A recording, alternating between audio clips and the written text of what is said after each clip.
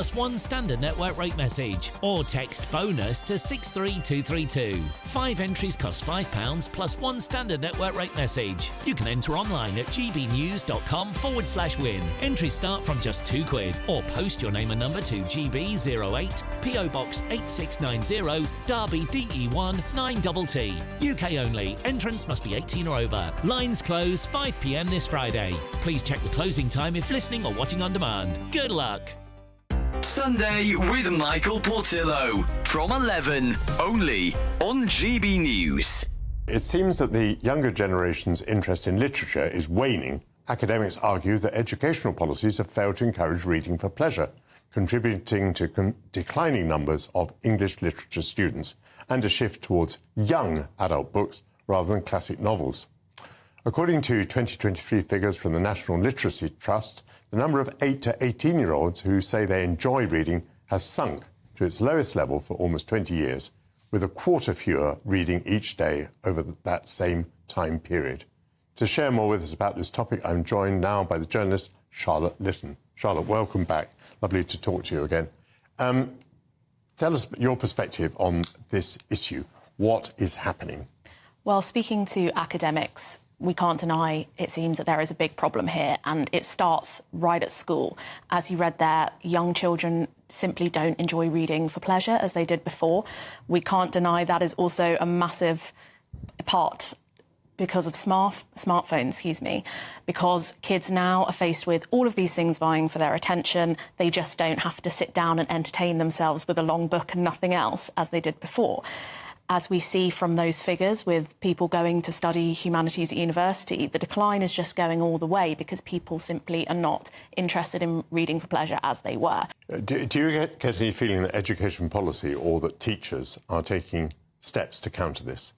Well, there is a review of the curriculum going ahead right now, but school is a huge part of it. One of the things that has come up in this conversation is whether teachers now are dealing with crowd control, which means they can't simply encourage reading for pleasure because they're simply trying to get a hold of the students they have. GB News, the People's Channel. Good Afternoon Britain isn't just about us. The wonderful thing about this programme is it's about everyone watching. It's an interactive programme. Well, there absolutely is something to see here, and we're going to be talking about it more. Whether it's breaking royal news, Will, please bring us up to date. or indeed a particularly punchy speech in the House of Commons, Very, very curious. we bring it to you live, and then we bring you live reaction as well. That's Good Afternoon Britain, weekdays from midday. Only on GB News, the People's Channel, Britain's news channel.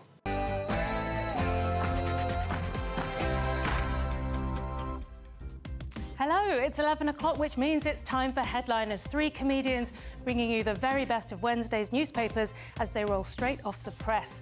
Join us for the next 60 minutes to find out why Kamala Harris is in trouble again. What's so scary about this woman? And why is Danny Dyer going out of his way to do pie and mush, a cheesy quaver? I'm Cressida Wetton. And on my comedian panel tonight, I've got Kerry Marks and his China plate Paul Cox. This is Headliners.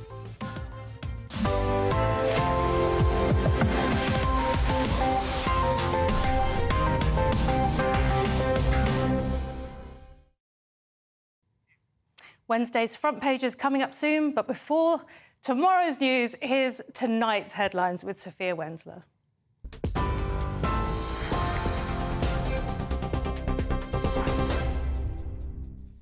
Good evening, I'm Sophia Wensler with your headlines from the GB Newsroom.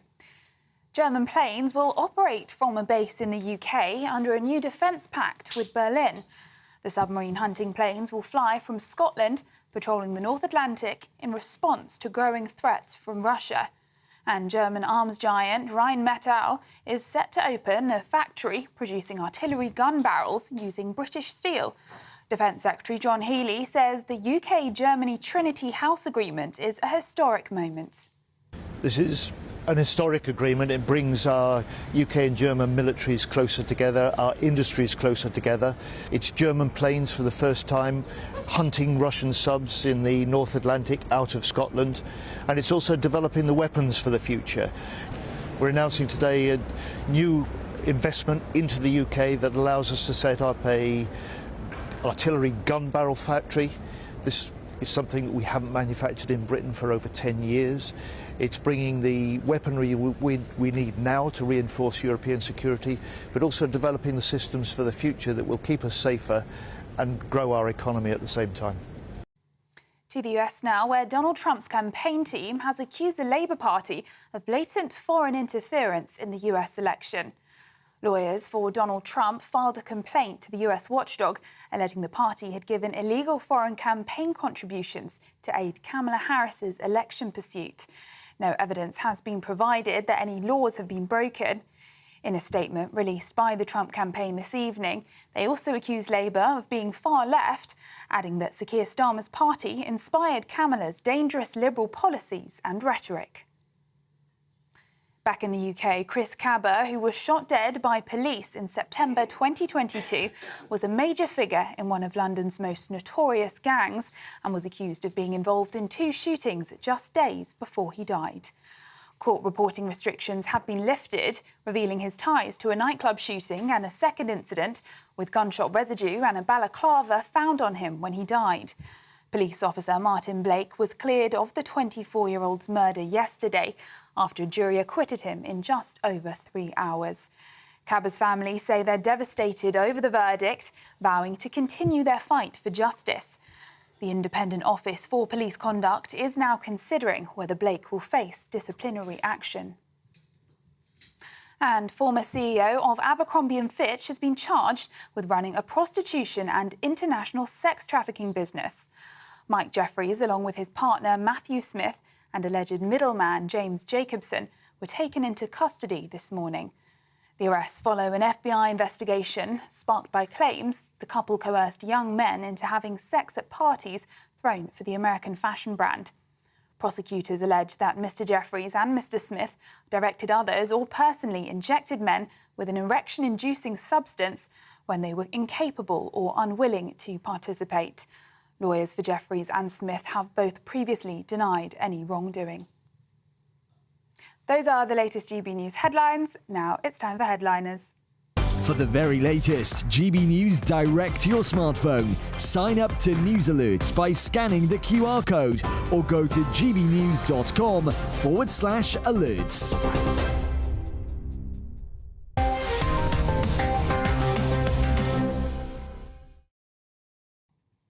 Hello and welcome to Headliners, your first look at Wednesday's top stories with 3 comedians. I'm Cressida Wetton, joined tonight by Kerry Marks and Paul Cox. And I see neither of you have had an extreme makeover since I last saw you. None at all. It's a reference to last night's show. Yeah, don't worry. I mean, that's all people are talking about on the internet today. Josh, this. That's right, Josh that. I was going to Josh up. I was going to brush my hair back and put on some glasses and pretend I was the old Josh. The old Josh. Next time you're on with Josh, come as the old Josh. I love that. The new set's great, though, isn't it? It's very glamorous, I think it's very slimming. What do you think? I wouldn't go that far for me. It's not that good.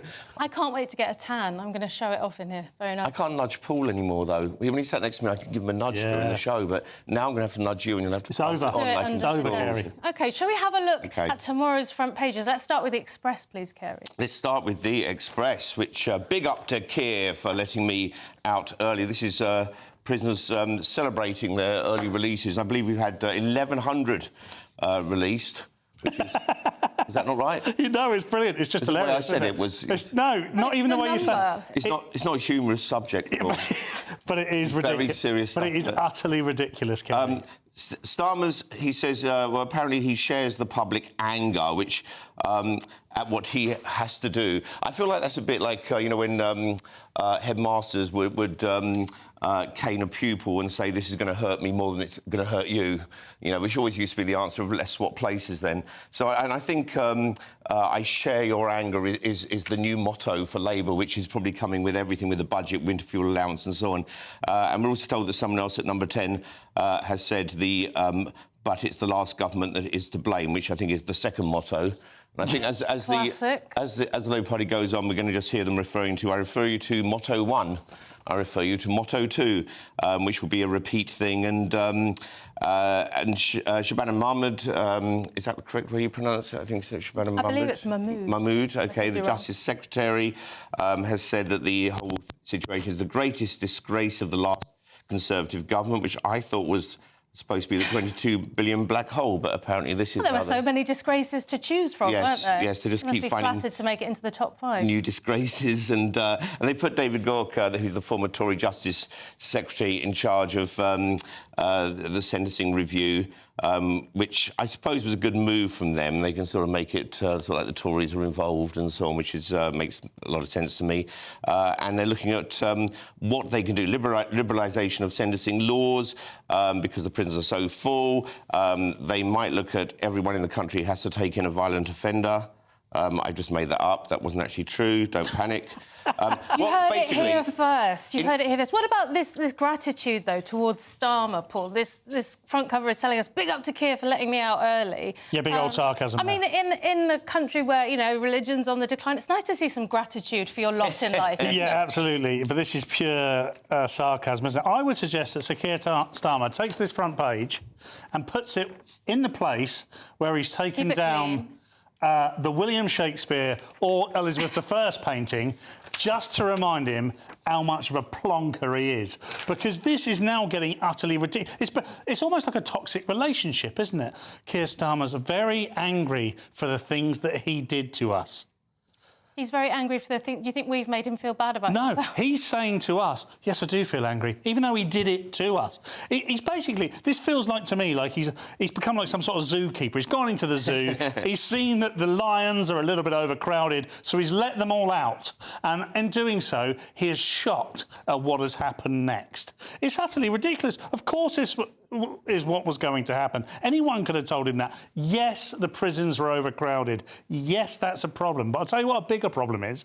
Having criminals just wandering around the streets, waiting to do crime again. Well, don't worry, Paul. Some people think they won't be out for long. Anything else on the Express, Kerry? From the Express? No, because that is the whole of the front cover, apart from All Smiles After Oz Royal Tour success. Which it turns out the Royal Tour has had, I haven't really followed much of it, well, massive turnout. Mixed success, hasn't it? There have been some there was an activist who got angry the other day. I heard that part of it, but I think otherwise, the thing is, they're still popular. It's popular enough to bring out a big crowd, right? Yes, of course they are. That's what I've garnered from it. Yeah, still popular. OK, let's move on to the iNews, please, Paul. Yes, sewage action at last. So Toothless Water watchdog faces axe in new Labour plan. Of course, the I here is talking about Ofwat, and the reason they're talking in this taking ownership with this type of language is because they've campaigned heavily for this. You know, basically, water companies making huge profits have been pumping really bad water into clean waterways, and it's an utter disgrace. I don't think this isn't a party political thing at all. I think we should all be worried about what's being pumped into clean waterways, and it's about time that something was done about it. And Ofwat have just sat back and allowed this to happen, and water companies have just continued doing it because they're not getting told off or punished in any way because they're doing it. Well, that's right, isn't it? We've been hearing about this story. It feels like about once a week for the last 2 years to me, Kerry. And nothing's happening really. With the well, when I first saw the headline, it said sewage action. I thought that was like a really terrible movie coming out. Sewage action. I like my action movies, but sewage action. The return of the third. Swim through it if you dare. You'll never go back in the river. Yeah, this is of course a total failure by Ofwat, which I'm surprised I'm even allowed to say that on this programme, because Ofwat sounds like an insult in the first place. Well, that's the way you say it. Yeah, Everybody else calls it Ofwat. I think it's the right way to be saying it, to be honest. But yeah, I mean, they're talking about radical reforms or abolition. I thought it said racial reform and absolution, which is not quite what they're about at all. And the Labour Party, it's odd though. The Labour Party is saying that they don't want it. They want to go into the private sector rather than nationalisation, which doesn't sound very Labour. What do they want? What do they want to go into the private sector? The dirty water? No, the control of the water rather than the responsibility of it all. Do you know what? That is an option I could get behind, if I'm honest. If they just pump some of that dirty water into our civil service, might sort the wheat from the chaff. There you go. OK, let's move on to The Guardian, please, Kerry. OK, well, we've got it. It's going to make it harder to put officers on trial. Police leaders urge number 10. That's a case of... That's coming up in a little while, so maybe we'll talk about that in a bit. Let's save that exciting moment, along with the other story we'll save for the end of the programme about how a meteorite is coming and going to destroy the Earth in a few minutes. We'll do that one at the end, yeah? OK. That is not a story. OK, that wasn't a story. Wow, it's so precise, his programme, so strict. The main story here is about AI, a major threat, say thousands of artists. So a lot of artists have signed a petition. 10,500 artists have signed a petition that will be ignored by AI. And it's one of them is ABBA's, and I've got to be careful, I said Bjorn, I always forget, how do you say his surname? Ulvaeus, is that right? Bjorn. Wouldn't be able to disprove it. Bjorn from ABBA. Yeah. We all know who we're talking about, although it could, of course, be his avatar from ABBA Voyage, for all we know, complaining about AI, because it doesn't like the competition. In fact, he's doing pretty well out of AI. Wasn't that all AI generated? It was, yeah. I believe so, yeah. Interesting point. Thank you very much. I do that occasionally. It's one of my things. I'm really proud of it. Stay with me. There's more coming up. So they're not even worried about the traditional AI is going to kill us all. We're just mainly worried about AI plagiarising, which, of course, it's going to do because it's plagiarising software. And I think they're absolutely right to realise, to point out how AI is just stealing art from people. But at the same time, this is my feeling on it all. It's going to happen. It's much like in theatres and comedy clubs where we try to stop everybody who had a camera up filming us all. But we're losing that battle. You just can't do it all the time anymore. And sooner or later, AI is just going to change the way we think and do things. Do you feel this pessimistic? Do you think AI is the end? I don't. However, I do understand exactly why Kerry does, because we're seeing this sort of thing playing out in comedy clubs all the time. However, for me, art is... I wholeheartedly believe that art is a human pursuit. Any form of AI art, no matter how good it becomes, is not art, in my view. Now you're just challenging my opinion, the AI guy, tonight, to make an image of us that is so unbelievably realistic. But he does it. He does it knowing that it's not real life, and that's what we get our pleasure from. He does, and I would like to underline that those pictures are not real life. Pictures. No one has made me either look or feel better in the last couple of years. Well, I saw you with a Josh Howie haircut earlier. Can we please have a look at the Metro poll? We can. Gangsters, 10k price on gun cop. So this is referring to the fact that this police officer, who has been acquitted this week, now, along with all sorts of other things hanging over him, has a price over his head from gangsters, basically offering £10,000 to have him finished off. Now, if we didn't understand just how difficult it was to be an armed police officer before now, we really ought to start treating this differently. We pursue these police officers like they're the bad guy on a regular basis. Largely, I think, thanks to TV programmes and the way they've been depicted, or the way their trials and tribulations have been depicted. And of course, we're obviously in the era of the anti-hero, where people like the unfortunate guy who lost his life in this case, and Floyd in America, where those guys are now the heroes, not the guys that stop the guys. Now, of course, Floyd, I don't want to get into this BLM argument, I really don't. But what I'm trying to make, and the point I'm trying to make, is that these guys are really being held up as heroes, when in fact they're anti-heroes. And the other side of this, of course, is £10,000. A life for £10,000. Yeah. That's no value whatsoever. Well, it's absolutely insane, isn't it?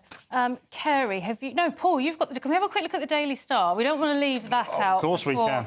Coming to the end of this. We've been tangoed. I love this from there. We've been tangoed. So world's saddest fun sponges now demand the Daily Star proves America's second most orangery man is an AI robot. And the story starts this way. Internet crybabies, who most likely have no friends, have demanded that the galaxy's best newspaper proves US President Sleepy Joe Biden is actually a fake-tanned, AI-generated bot. As if. Now, I'm not sure what more I can add to this. It's bamboozling. I never know quite which way the Daily Star's going to come down on. However, they've got a point here. This Joe Biden looks about 20 years younger here. It's either AI-generated, a different Joe Biden, Or Josh Howie's got to it. Or Josh Howie's got to him, exactly. But do they mean just the picture, or do they mean that he is AI generated? Because why would AI generate someone who slurs and gets confused and doesn't know what he's talking about? The bit I like the most in here is typical the way they talk about the story that have demanded the galaxy's best newspaper. They're talking about themselves. I always find it funny when people boast and they stop at that point. Not the universe's best newspaper. Galaxy. Or the but the galaxy. Just like, that's enough. Undisputed. And there was one story that didn't quite make it into the front pages that broke in about the last hour. Donald Trump's campaign team have accused the Labour Party of blatant election interference. And this follows the story that Labour were going to send almost 100 current Labour MPs, so working currently for us as MPs, to go over to the US and influence the election. Yeah, apparently.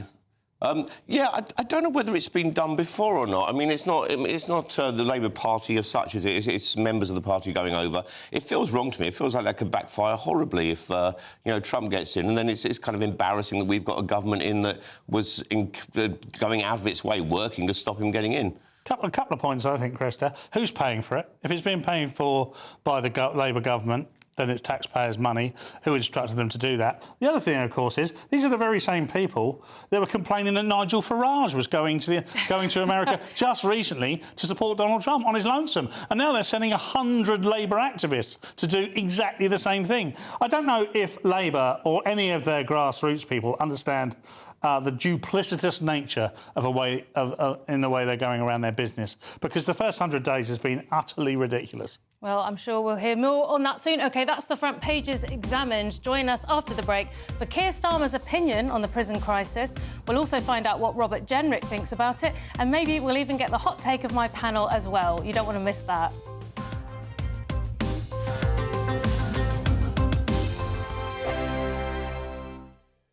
This is GB News, Britain's news channel.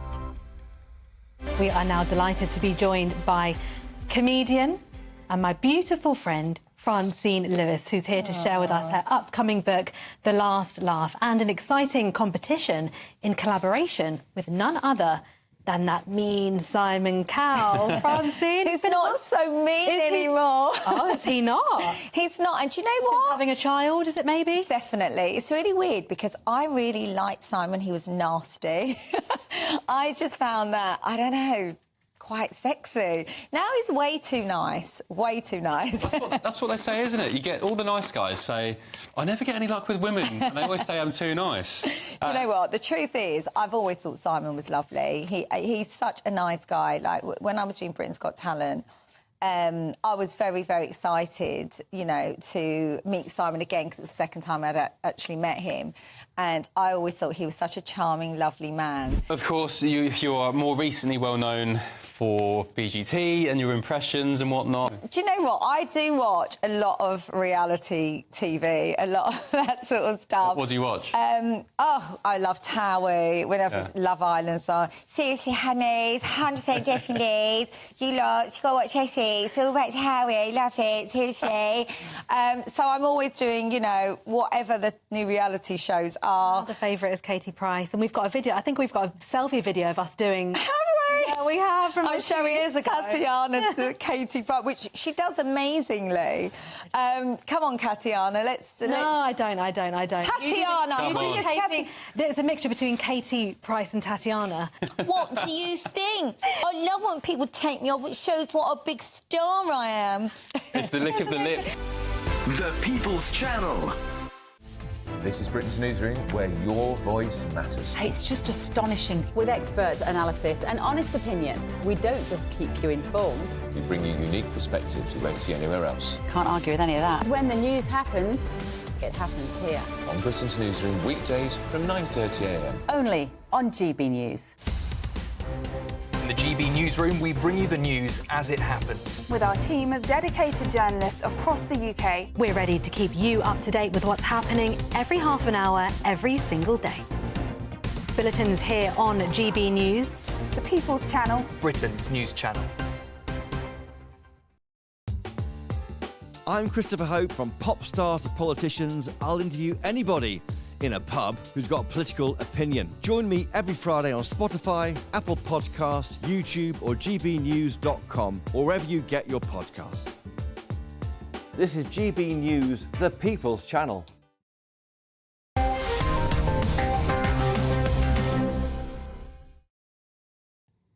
Welcome back to Headliners, your first look at Wednesday's newspapers with me, Cressida Wetton, and my glamorous panel, Carey Marks and Paul Cox. So we're going to start with some more prison coverage.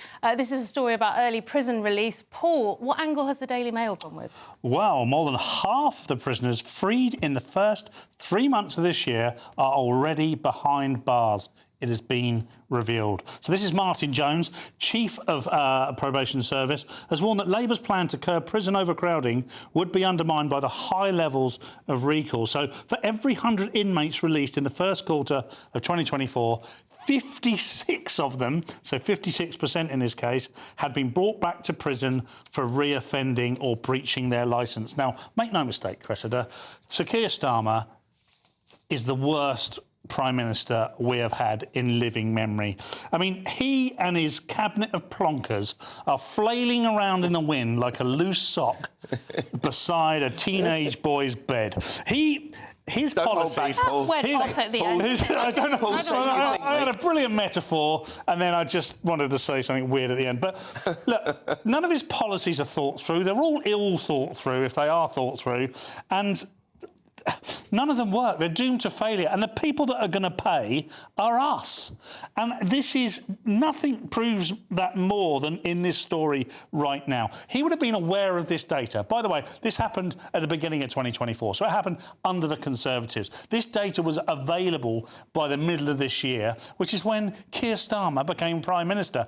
He has concentrated solely on one issue, and that is the overcrowding of prisons. He didn't think beyond that. He just let them out. And he did all this within his first 10 days. So he wasn't thinking things through. Well, he would say it was an emergency, wasn't it? And that everything was going to grind to a halt if you didn't do it. And it's also the case that prisoners end up back in prison anyway, don't they? Whether they've been released early or not. I mean, that's just a feature of prison. Yeah. I mean, they're saying this is by Martin Jones, who's the Majesty's Chief of Probation, but he's saying that this is kind of the typical average, is that more than half go back to prison. But, of course, it's all happening in a very rushed version of that. And also, it's just, it doesn't really work much as a deterrent whilst we're having all this conversation that anyone who's thinking of committing a crime knows they're just not going to go to prison very long and will be let out again. So what we should be doing, perhaps, is telling people not to be bad. Has that ever worked? Well, that would work. I remember that working very well for me as a teenager. My mum said to me, "Don't be bad." And then you just weren't. And then I weren't. Look at you. You ever seen those TikTok videos of it's members of the army coming home and their family going wild? And we've sort of had those dark side of those videos today with people coming out of prison and their families. Oh, you didn't think we'd see you again so early. The optics are terrible. Yes. Yeah, absolutely awful. And what we're looking at is because the prisons are full, but I find it very hard to know how Labour didn't know about this before the election, that it's not been a big secret the prisons are full, and why they haven't got some plan about it. So what they're looking at is electric tags, prison outside prison for non-dangerous offenders. They've not taken any of my suggestions, by the way, which is, for example, there's a load of S&M dungeons in this country. They've got chains in them and bars and stuff. Wow, this goes out at breakfast. Fantastic. Let's move on, because somebody else has got an opinion on this. It is brilliant, Kerry, I don't doubt that. We've got even more, hot takes, really, on this. We're going to look at the Daily Mail's other contribution.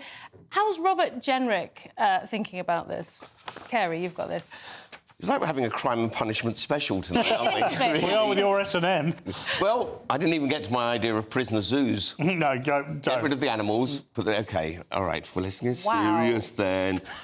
You've been hanging around Nick Dixon far too much. Tory leadership contender Robert Jenrick unveils new 5 strikes and you're out. So 5 offences, and I think he means in, doesn't he? 5 strikes and you're in, not out. Yeah. This means you're out of being out, which is possible, but... Also, it can't be 5 strikes for just anything. I mean, surely you don't get 5 murders and then you're in. No, you can do 4 murders. And the fifth one, they're like, no, that's one murder too many.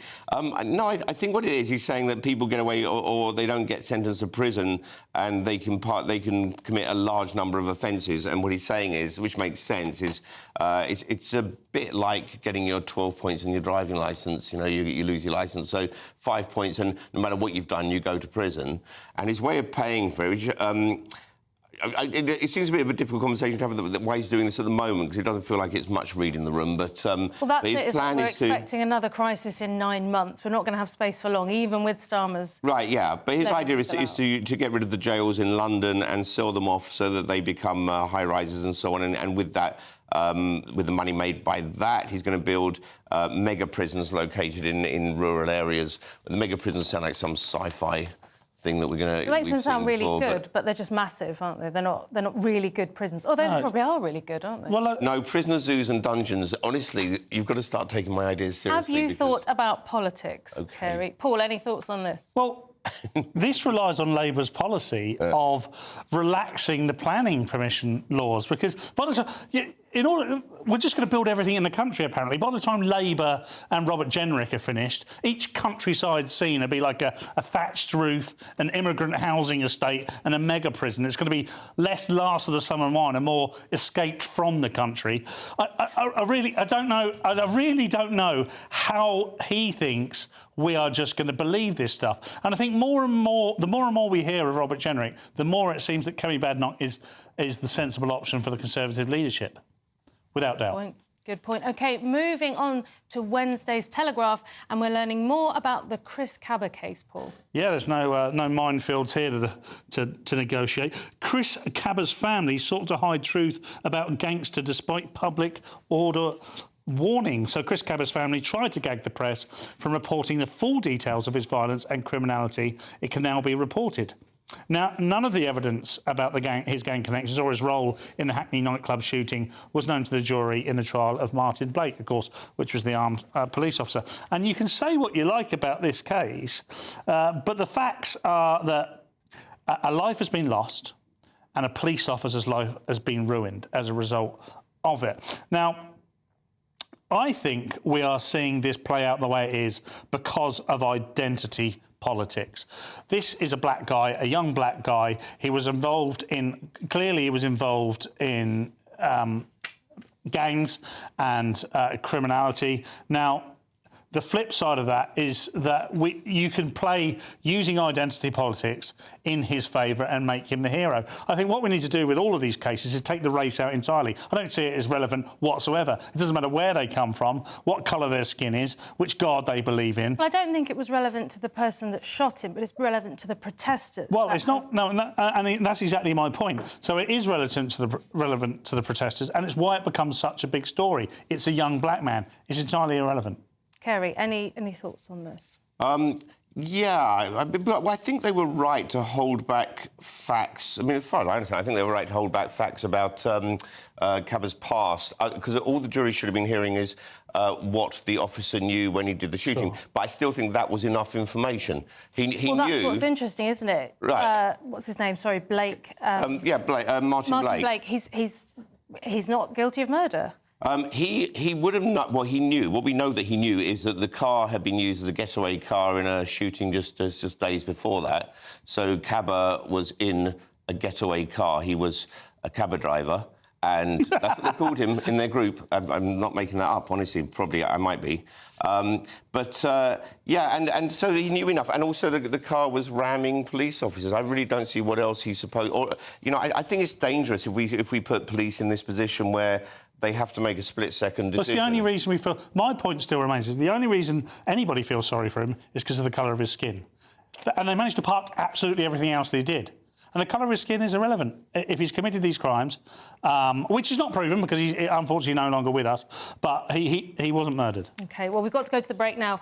We've got loads more to come after the break. We'll be looking at plagiarism allegations, the dangers of dancing and why it's harder to find out where Paul's going on holiday now.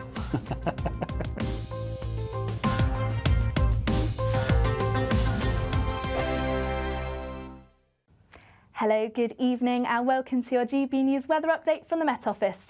Still plenty of blustery winds across Scotland. Could see some coastal gales by the time we reach the morning. Otherwise, largely dry, just a few showers around, but plenty of clear skies, which means we could see some fog by Wednesday morning. That's because we're saying goodbye to that frontal system down across the southeast, and we've got high pressure building with light winds. That is giving us that fog risk as we head into this evening, particularly across parts of Sussex and Kent, East Anglia, perhaps even seeing some pockets of fog across Wales, the Midlands, parts of Lincolnshire too. So do take care for that Wednesday morning commute. Feeling chilly under those clearer skies too, but a different story across Scotland. We're going to continue to see those winds strengthen overnight, so quite blustery by the time we reach the morning, with a risk of coastal gales, particularly around exposed spots in the northwest. Quite a cloudy picture to start tomorrow too, with some drips and drabs of rain and drizzle around, and quite a cloudy start across Northern Ireland too, perhaps some clearer spells in the far east. A mix of clearer skies and some fog patches to start, but once those clear away, it's actually generally going to be quite a bright day on offer. Plenty of dry weather around, just a few showers perhaps feeding into southern parts of England and later on into Wales and the Midlands. Once again though, across Scotland, those blustery winds continuing, those risk of coastal gales around northwestern exposed spots, and fair amount of cloud around too, with a risk of some light rain at times. Generally, temperatures around about average, but just above across the south and southeast, highs of around 16 to 17 Celsius. Once again for Thursday, once any fog clears in the morning, largely dry and bright across the country, but out to the west we do have some cloud continuing to spill in through the course of the day, with some outbreaks of rain by the time we reach the afternoon. This could be heavy and fairly blustery under those cloudy skies too. More rain and showers as we head towards the weekend with average temperatures. Otherwise, that's it from me. Bye-bye. Why go out on a Friday night when Friday night comes straight to your home? Talking about? Join me and my A-team of top pundits. Chemistry tonight is electric. As we tackle the big stories of the day with wit, insight and fearless energy. Man of the people. It's all vibe. Just a filing cabinet on wheels with a tie on. So, order in Friday Night Live with me, Mark Dolan, every Friday at 8, only on GB News, the People's Channel, Britain's news channel. Join me, Camilla Tominey, for a frank and honest discussion with those in power that cuts through the spin and gets to the heart of the issues shaping our nation. You haven't confirmed that you want to stand as leader, but you haven't ruled it out either. This report basically says that he's not fit to stand trial. Is he indecisive? Incompetent? I deliver the dose of reality Westminster needs. That's the Camilla Tominey Show at 9:30 every Sunday on GB News, the People's Channel, Britain's news channel.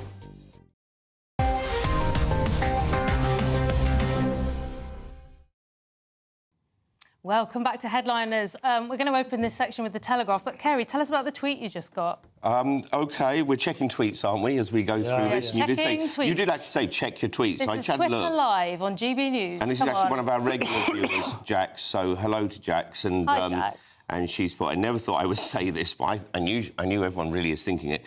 Kerry, you look hot. There you go. It's a fact. If GB News now a fact, that's official. Then it's true. OK. Cue up. So we're in The Telegraph, and she may take other people's words, but they'll never take Kamala's freedom, Paul. Yeah, hey, Jax, I'm here as well, so let's not forget about me, all right?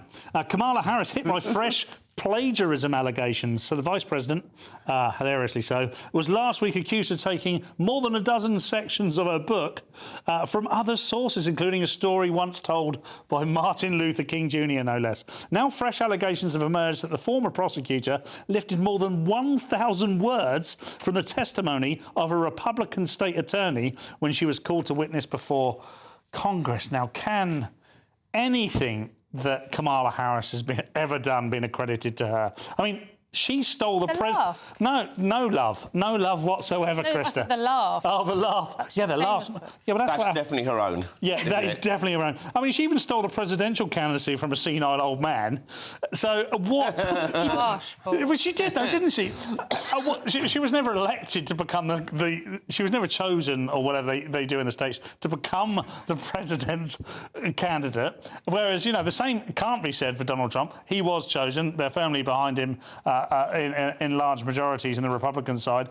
Look, it's worth saying that these are historic, right? Some of these date back to 2007. However, where's the credibility?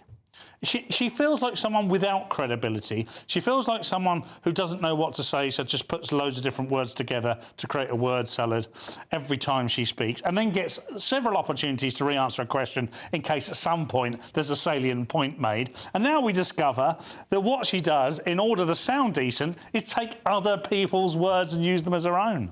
But she is unburdened by what has been. And even her repeating that over and over again is like her plagiarising herself. Yes. It's like, do you know, you've already said that lots of times. But you know, even that one apparently comes from a quote by Karl Marx. Does it? Apparently No way. So. I saw that somewhere on the internet, which I'd like to... It's your brother, wasn't it, Karl Marx?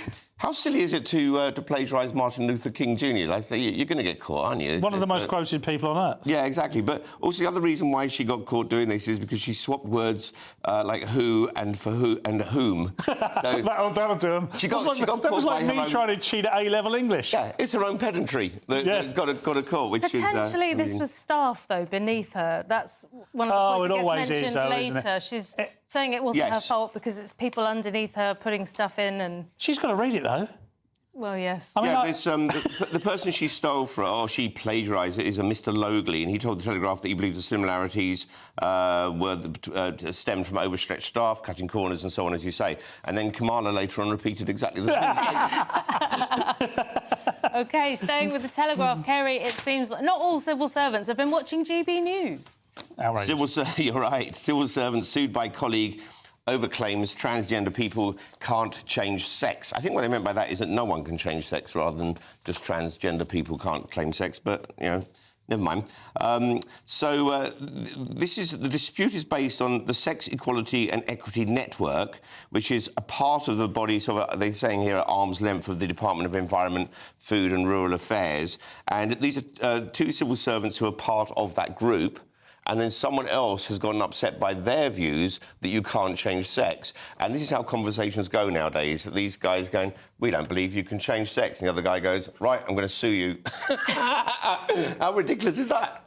Because sue somebody for an idea, because your idea... This is where we're at now that you can... Even the sheer arrogance of it is incredible. But I would like to say that I think activism and ideology do have a place. You know, in universities and so on, young people are supposed to challenge us, make us think about our traditions, our ideas. We're supposed to discuss them, but they're not supposed to come with intimidation. So ideology and activism does have a place, but it should know its place, and it's what it doesn't know. And, that's also stops when you grow up. I mean, the debate doesn't stop. We're allowed to debate ideas, but these people aren't into debate, are they? I just think that we read these stories on this subject every day, every week at least, and they call it Grenda. They call it that's her name now. You can't. They call it being gender critical. You cannot be gender critical. You can only be gender factual or gender mythical. You can't be gender critical because it is binary in its very nature, and the whole debate's become mythical now. We have actual grown-ups in the corridors of big business and power that believe this stuff and are wasting time in suing their colleagues because they've used the wrong words, which is so ironic, you know, that they prescribe these words when they say everything's fluid. To me, it's an absolute madness. I mean, what value? It says here, at the heart of the dispute is the Sex Equality and Equity Network, an arm's-length body to the Department of Environment, Food and Rural Affairs. Why? What has that got to do with environment, food or rural affairs? Absolutely nothing. What value is it? What value to the taxpayer is it? I tell you right now, Cresta, nothing. Getting off the fence there, Paul. I think it's interesting that they haven't named the civil servant bringing the complaint. No, but they have named the people he's complaining, or he, she, they, whatever, in this day and age, are complaining about. But the pair haven't decided to name. Yeah, exactly. This case is going to go nowhere, hopefully, and that'll be the point of the whole thing. Indeed. OK, Telegraph again. Telegraph again, news of a man taking pretty reasonable precautions in a dangerous job. And before you cover this story, Paul, I want you to know that this is being recorded. Giovanni Panice, or Panice, I don't know, did not feel safe dancing with Amanda Abingdon. Abington, sorry. So this is obviously Giovanni from Strictly Come Dancing. The Strictly Come Dancing professional has broken his silence in the Telegraph here over the allegations made against him by Amanda Abington, saying he did not feel safe dancing with her. So he secretly recorded rehearsals because he was fearful she would lie about him. About their time in the studio, and well, it proved quite a prudent thing to do, didn't it?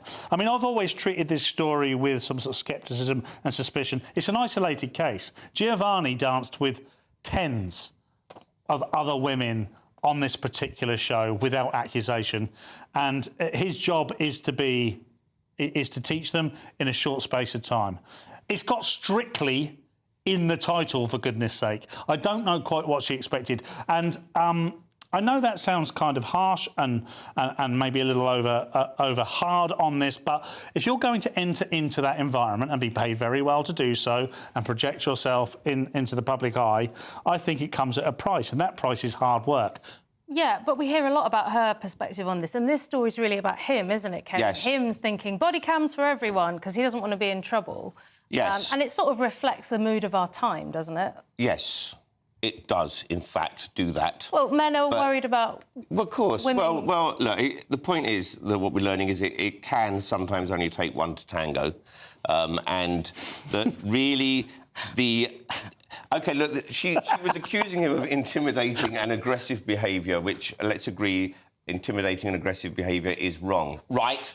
Lovely bit of GCSE drama there. But...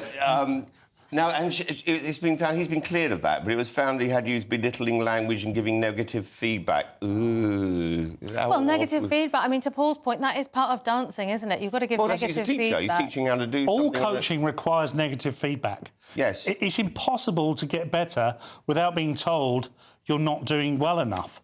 So, I mean, this to me feels like it's undermining all abuse against women because it's lumping in someone being oversensitive about a man talking to them as some sort of abuse. And I'm afraid... She said she's having post-traumatic stress disorder. I bet she is, but she would do... From dancing... If she bought the wrong cereal. Yeah. Wow, shots fired. OK, we're in the Daily Mail now. Let's just squeeze this in before the break. We're in the Daily Mail now, Kerry. You're going to I'm in the Daily Mail now. To go on your next glamorous holiday without fear of being papped now. Mark Zuckerberg suspends Jack Sweeney's celebrity jet tracking accounts on Instagram and Threads. So this is a guy called Jack Sweeney who he charts flights of celebrities, and he's already been stopped by who has he been stopped by? Others. Oh, Elon Musk, of course.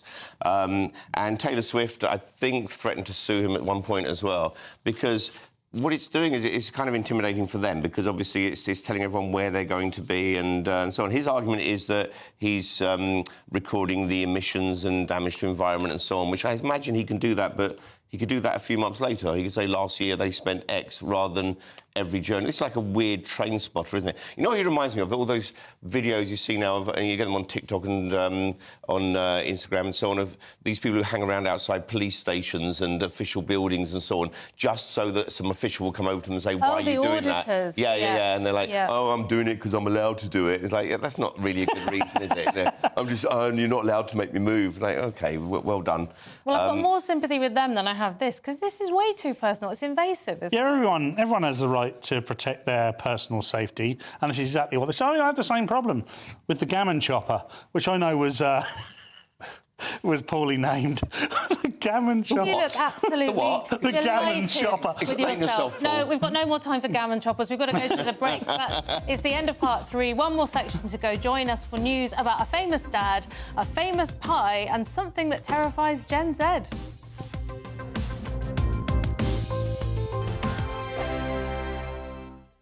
Sunday with Michael Portillo from 11, only on GB News.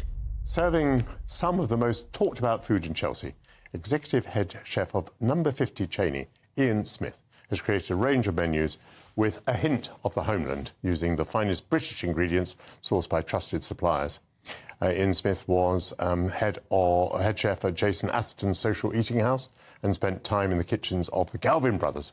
Ian joins me now to tell more of the story. Tell me about Number 50 Cheney. Yes, so we are a beautiful restaurant down in a corner of Chelsea on the embankment with an amazing team.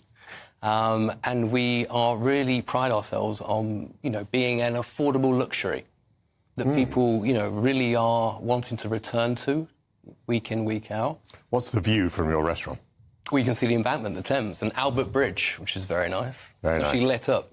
Very romantic. And tell me a little bit about your philosophy. I was talking there about having a touch of the homeland, British food, seasonal food. Yes. Yeah, I think, for me, great cooking is, with simplicity on finest ingredients, cooked with simplicity, and ultimately, there to be enjoyed through...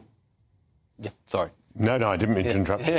I was going to say, it starts as a young person's business. You went into it very young, didn't you? 15? Yes. Yeah, so I was 15. I sat in my parents' bedroom, called the Ritz, the Dorchester and Claridge's, and very luckily, a man on the end of the phone, 21 years ago, sent me on to a college course called the Specialised Chef Scholarship. 3 days later, I had a Ritz stamp letter through the post, and off me and my parents went, and luckily I got on the course. And how old were you when you got your first responsibility, would you say? I think the biggest responsibility in my career is today. Leading number 50 Cheney. GB News, the People's Channel. Nightmare commute? Kick it up a gear with GB News Radio. You can listen online and on DAB+ and on the GB News app. We're also on TuneIn and the Radio Player apps. From the school run to rush hour, get revved up with GB News Radio. We are the People's Channel, Britain's news channel. I'm Christopher Hope. From pop stars to politicians, I'll interview anybody in a pub who's got a political opinion. Join me every Friday on Spotify, Apple Podcasts, YouTube or gbnews.com, or wherever you get your podcasts. This is GB News, the People's Channel. We're proud to be GB News, the People's Channel. And as you know, we always love to hear your views. Now, there's a new way of getting in touch with us at gbnews.com/your say. By commenting, you can be part of a live conversation and join our GB News community. You can even talk to me, Bev Turner, or any of the members of the GB News family.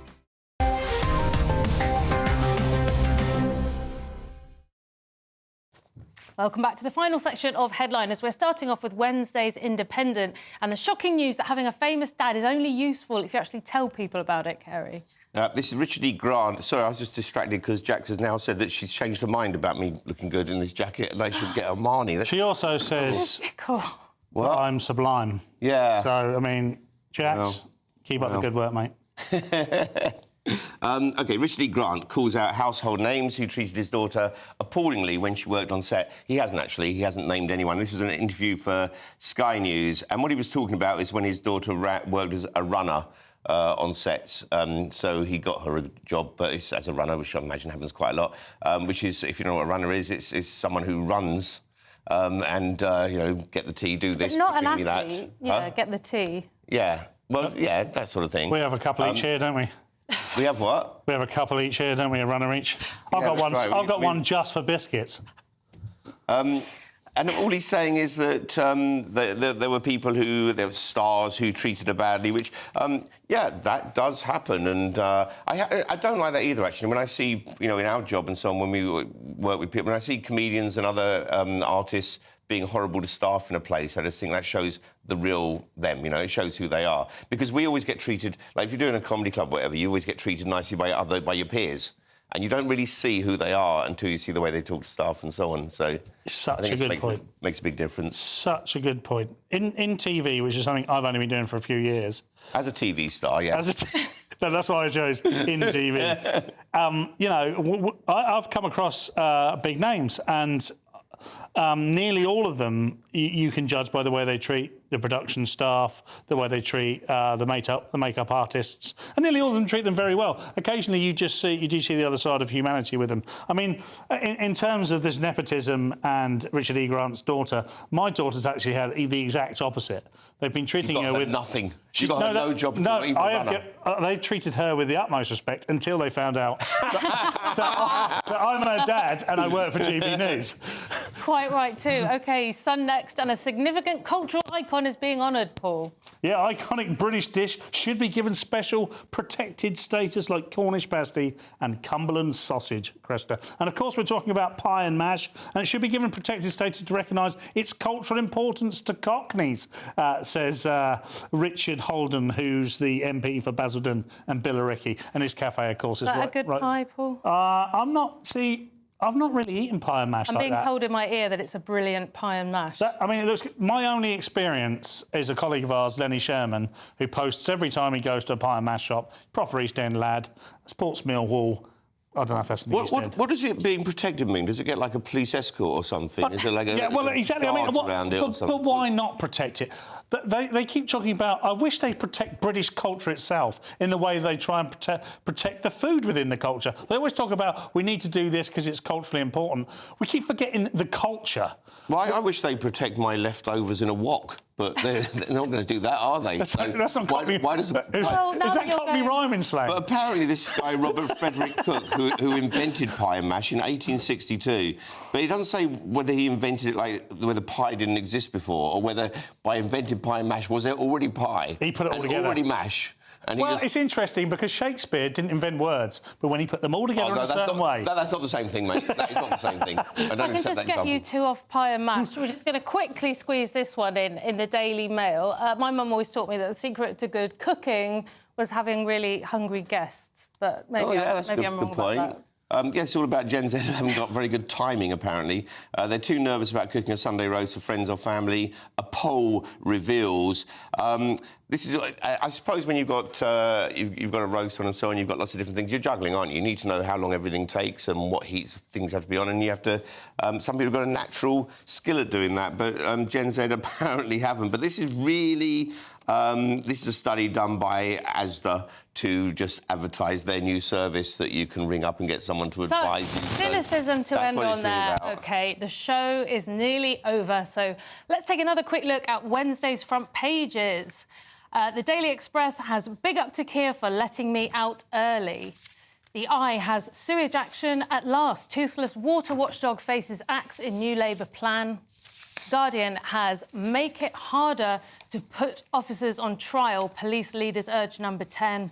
And the Metro has gangsters' £10,000 price on gun cop. The Telegraph has Alzheimer's wonder drug faces NHS block. And finally, the Daily Star, we've been tangoed. That's it for tonight's show. Thank you to my guests, Carey Marks and Paul Cox. Stephen Allen will be here tomorrow at 11 p.m. with Leo Kirsten, Nick Dixon. And if you're watching at 5 a.m, then please stay tuned for breakfast. Good night.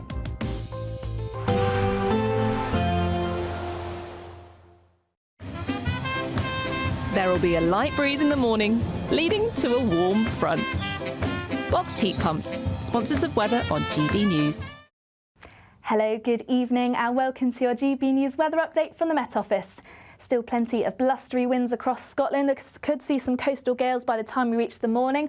Otherwise, largely dry, just a few showers around, but plenty of clear skies, which means we could see some fog by Wednesday morning. That's because we're saying goodbye to that frontal system down across the southeast, and we've got high pressure building with light winds. That is giving us that fog risk as we head into this evening, particularly across parts of Sussex and Kent, East Anglia, perhaps even seeing some pockets of fog across Wales, the Midlands, parts of Lincolnshire too. So do take care for that Wednesday morning commute.